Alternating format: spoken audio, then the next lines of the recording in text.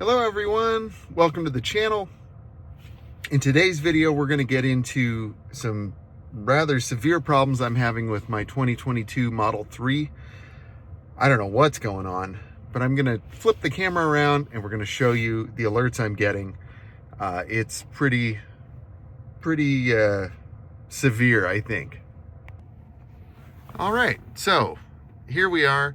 This problem started whenever that was, almost 2 weeks ago. We left town for, I don't know, 24 hours. The wildfires were happening in LA. I had work down in the desert. When we came back, we had left my Tesla here, plugged in, and then I had a bunch of alerts. And I couldn't get the car into service, so we had a trip planned to Las Vegas for vacation, and that when I came back, there was more stuff wrong. So Tesla moved my appointment back. It was supposed to be yesterday, and then they pushed it to Friday. So almost 2 weeks, 2 or 3 weeks before I can even get my car into service. And I just messaged them and said, hey, you know, I don't feel safe driving this car. And they said, well, if you don't feel safe, you can bring it in. So I'm bringing it in this morning. So here we've got, you can see automatic emergency braking is unavailable. Windshield washer fluid is low, whatever. Let's see, what else we got? Is that it? All right, well, let's go into service mode. Now, oh, I see. When I put it into drive, everything else comes up. So let's just go to service mode. And if you don't know how to do that, here's how you do that. You go to software, hold on the long range, or whatever, let go, type in the word service, hit enter, and then, you know, it's going to tell you all of that. You heard the fan just shut off. Okay, so let's see what we got. Service alerts. So we've got, whatever that says, one or more messages from the vehicle controller. The first row passenger occupancy classification system electronic control module is not received. So we've got a supplemental restraint warning. This one looks like another one just like that. Yeah, it's the same one. ECU is not received. ECU is not received. This one says automatic emergency braking is unavailable. This one says, sorry, it's hard to do this in film. Like, I don't know which screen to read off of. Oh yeah, the right repeater camera is unavailable. The ambient temperature sensor has an electrical fault. That's a new one. Cabin cooling and powertrain performance may be limited. This one says the restraint control module has detected an issue with the safety system. Okay. The RCM is not observing, blah, blah, blah. Front passenger safety restraint system. Wheel speeds. Wheel speeds. ABS, anti-lock braking system disabled. Right rear wheel speed sensor, generic fault. ABS anti-lock braking disabled. Short circuit. Washer fluid low. I can fix that one myself. Are we back to the beginning here? Because there's more. Occupancy.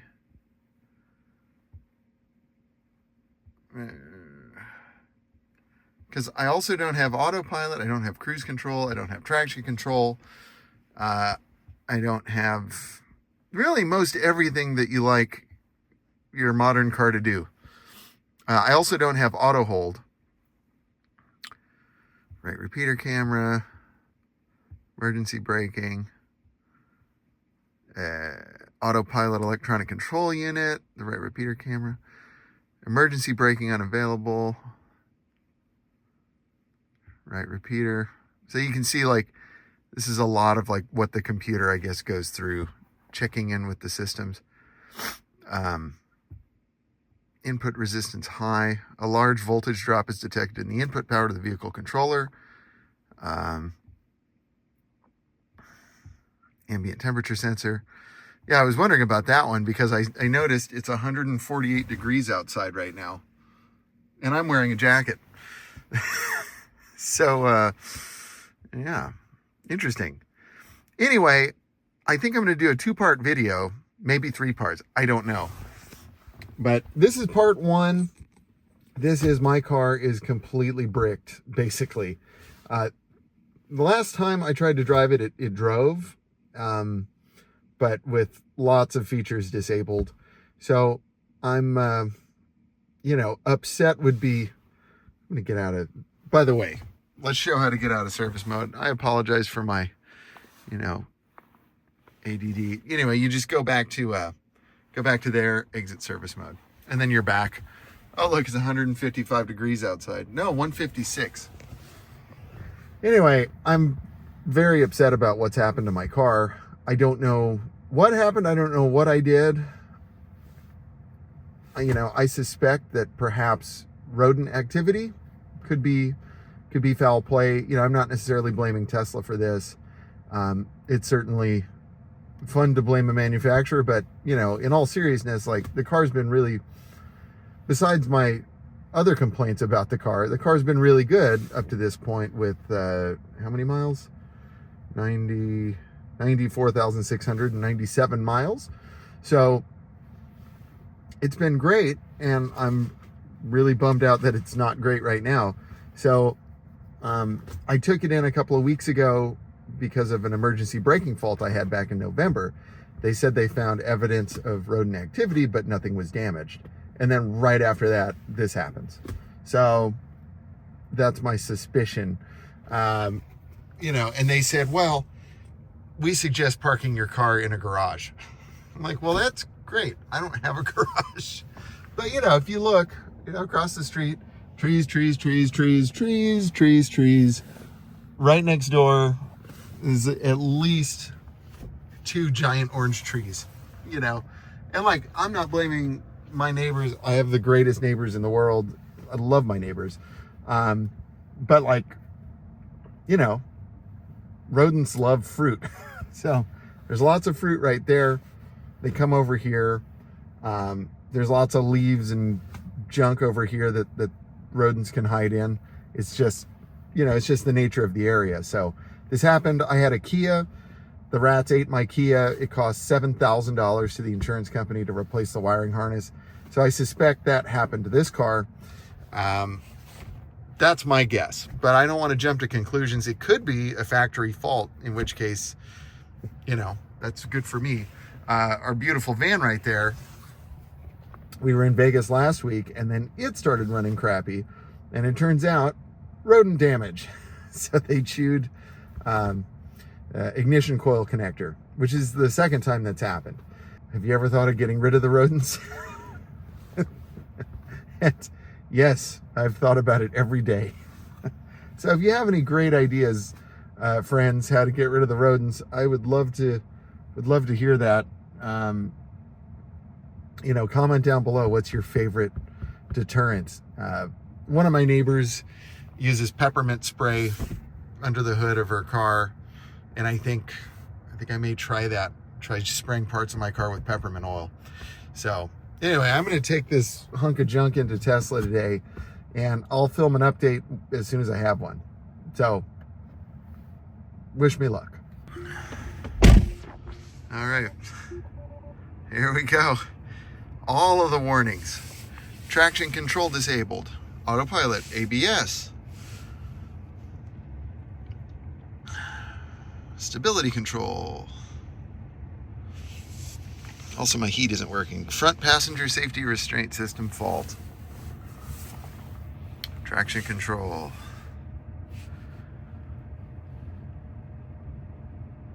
Autopilot cameras unavailable. I wonder if there are additional cameras that have gone offline. It was just the right one last time. Yeah. Yeah, it's just that one. Yeah. Something ain't happy. Traction control, ABS. Let's see, I'll buckle up. Okay, so that was misleading, I apologize. Let's put it in drive, see if more stuff happens. Park assist unavailable. Autopilot cameras. Oh, and you know what else is fun? I'm in drive, right? Or whatever you want to call it. And now I'm going to put my foot off the brake. And back we go. This thing won't even hold itself in place anymore. This thing is hosed. I don't know what's going on, man. I don't like it. All right, I'm going to head to Tesla. So I decided I might include just like a little bit of the driving experience on the way to Tesla, just to kind of explain what's going on with the car.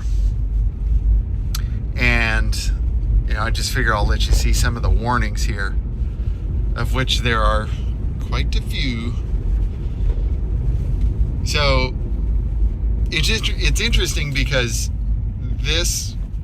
at this moment, now you see we've got the regenerative symbol there, meaning it's unavailable. So I don't know if it's because battery's cold or whatever. But yeah, zero regen braking. I mean, this just feels like, it's fine actually. It feels like a regular car, but you can really feel the weight of this thing. And it just feels like a starship or a big barge. I mean, it just feels heavy. It feels like it wants to roll forever. So hopefully that, as we go a few more miles, we'll get more of that. Hopefully that light will go off. Also, I have this set at 70.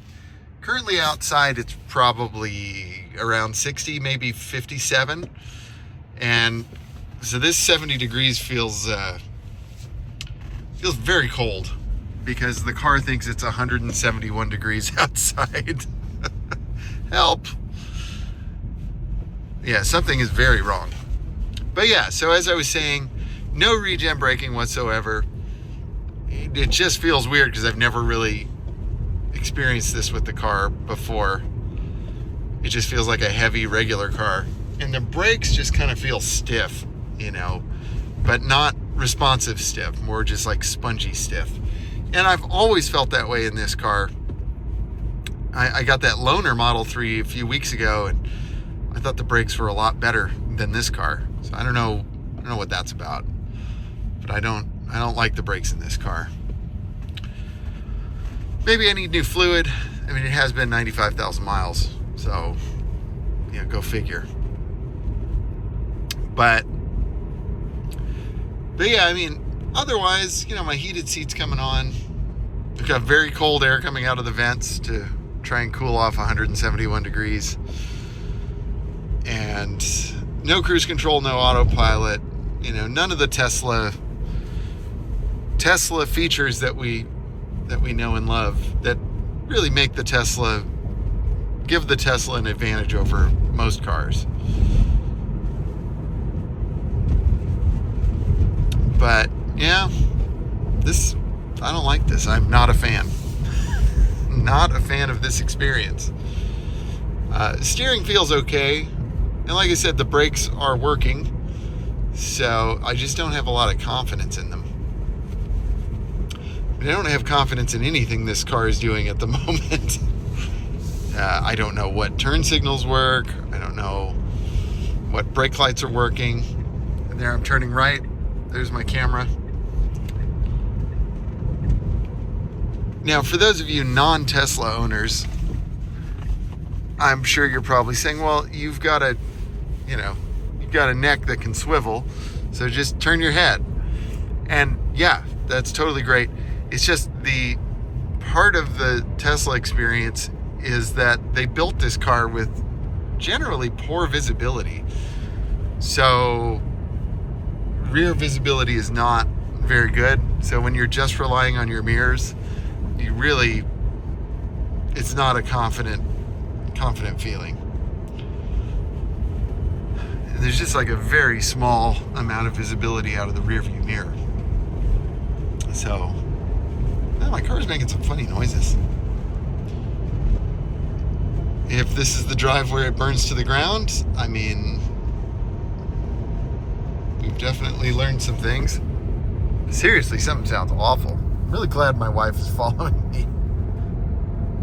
I'm going to just turn off climate control because it is just freezing me in here.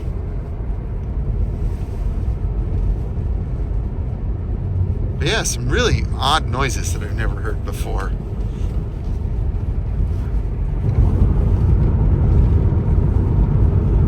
But yeah, here's the part that really kind of stinks for me. So I'm heading down La Tuna Canyon, and we're going to go downhill for quite a while. And without the regen braking, I mean, this thing just wants to boogie. And again, I'm not sure how much I can like really trust any of the systems. There's no traction control, there's no ABS. I had to do a panic stop on this road a few weeks back because people like to dump garbage on this road, which is really terrible. Somebody had dropped like a bunch of rocks in the middle of the road, and it took out the car in front of me, like messed up their car. Luckily, I was able to stop in time. So I'm just hoping we don't have any of those situations. But yeah, my brakes just kind of feel spongy and not great. But I think they always feel that way. But yeah, this is not fun.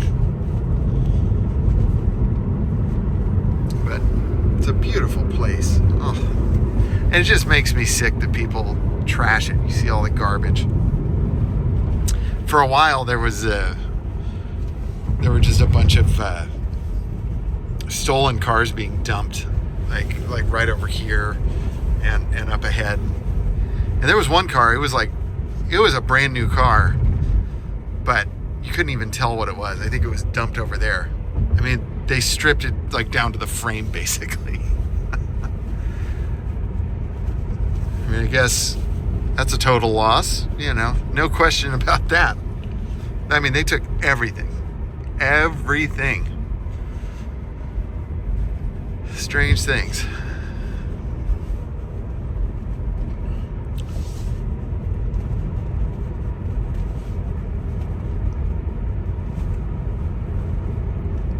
Oh yeah, and I think there's like no lane departure, and I'm just kind of having to ride the brakes down here. And see, we've been driving for several minutes already, and the regen thing has not gone away.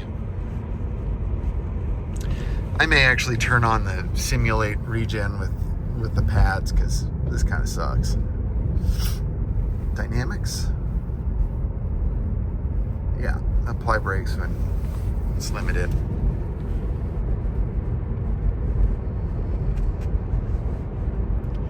It's funny, so I turned on the apply brakes thing, and it's not working. Although our regen light went away, so maybe I can change that. All right, turn that. Oh, and now regen is unavailable. Okay, well, I wonder if that has to do with the wheel speed sensor fault. I just answered my own question. And that's why traction control won't work. And that's why ABS won't work. Yep. Yeah, it's funny. People talk about how, advanced these Teslas are. And they very much are. I'm not disputing that one bit. But it's funny how, like, the same faults that would disable the same systems in a gas car do the same thing in one of these. So if you have a regular car and the wheel speed sensor goes out on one of the wheels, you won't have traction control and you won't have ABS. So no doubt about that. Well, I don't want to bore you with all of this, so I'll probably just do an update later on. I mean, going to be without without my car, I don't know for how long. I'm guessing weeks, but who knows? Maybe it'll be a simple fix and they'll have me back on the road by Friday. Today's Tuesday, so we'll see. And like I said, wish me luck. That was funny. That was funny. Well, I got my car back. Oh. Yeah, we got the Tesla back. Yeah, we got the Tesla back. Yeah, so I'll go over the invoice in more detail. So I'll probably have to cut that in. Okay, here we go. As promised, we're going to go through the invoice and kind of talk about everything that happened. I'll try to make this as brief as possible, but again, I wanted to kind of include some specifics. So, mainly for you nerds out there, you can see exactly what happened. Now, here we are. I'm cutting into this video. That was January, and now it's May. So I'm a little bit behind in getting my videos edited and shot. So I apologize, but it's also kind of good to note, I'm at a point now with the repair that I kind of forgot it even happened. So Tesla of Burbank, shout out to you guys. You did a really good job fixing this car for that particular repair, and I really appreciate it. So credit where credit is due. And so I'm going to take a look here at the invoice and just kind of go through it kind of step by step, just so that you know what happened. So job number 1, customer states steering and braking, automatic emergency braking is unavailable. So they basically performed a visual inspection and found that there was a rodent's nest deep inside the vehicle.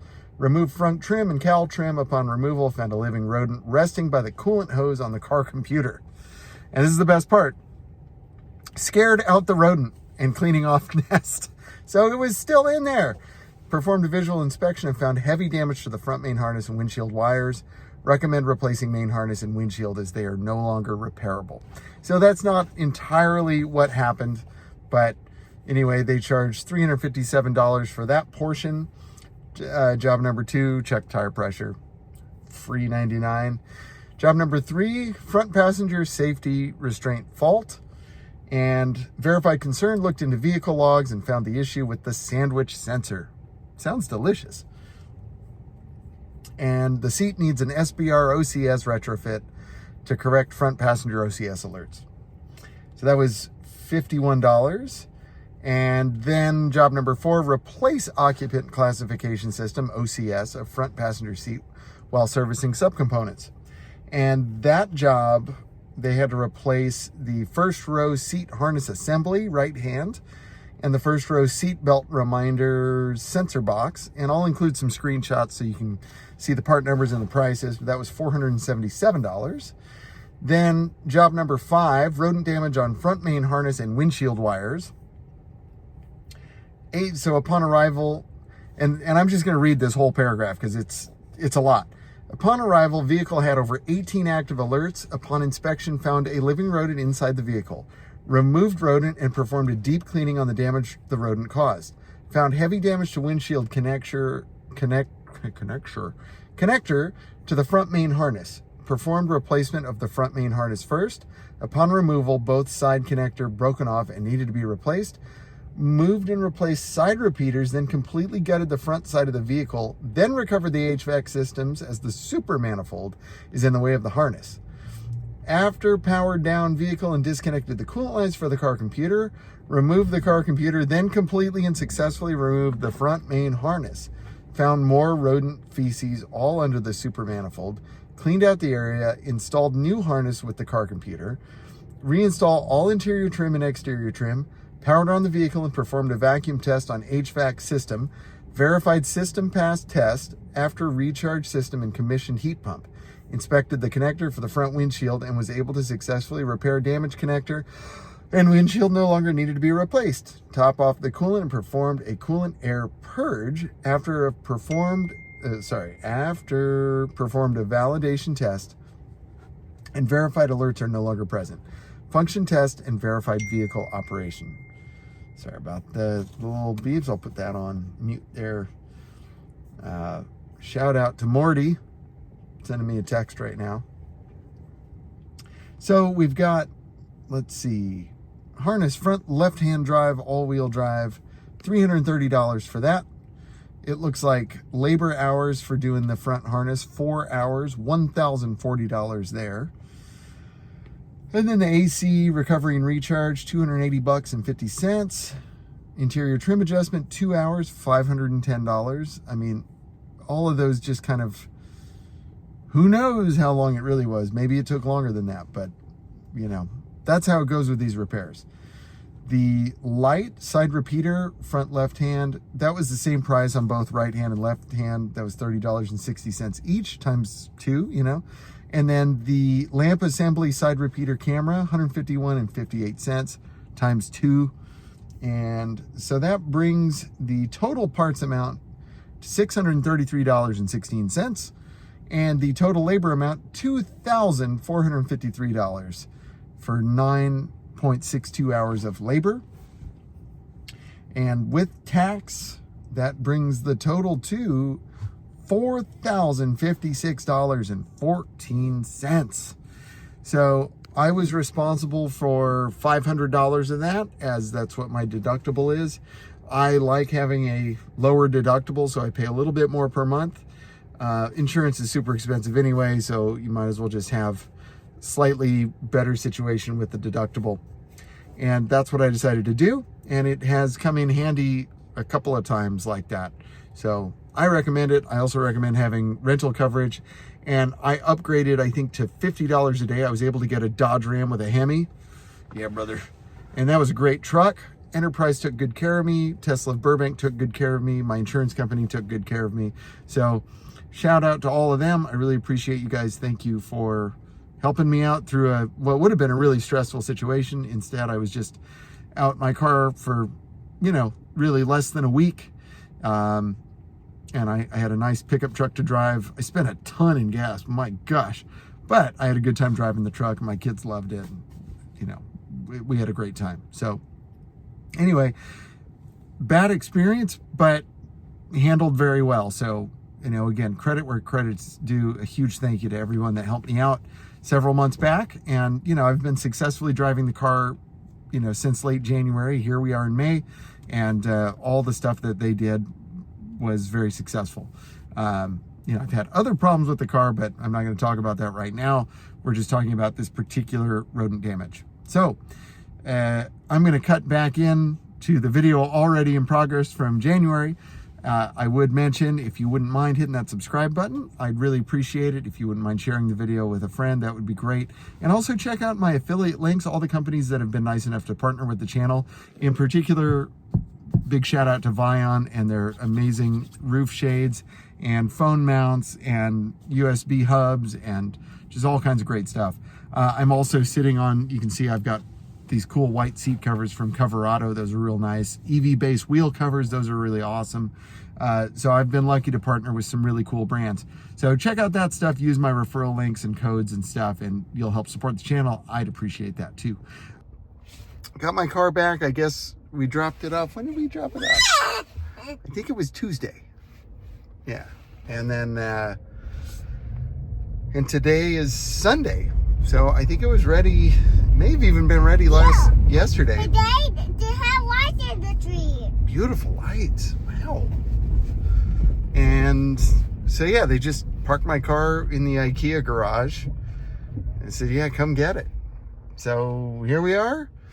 They didn't leave my car, you know, beautifully prepared or whatever, but there are no warnings. Yeah, it feels fine.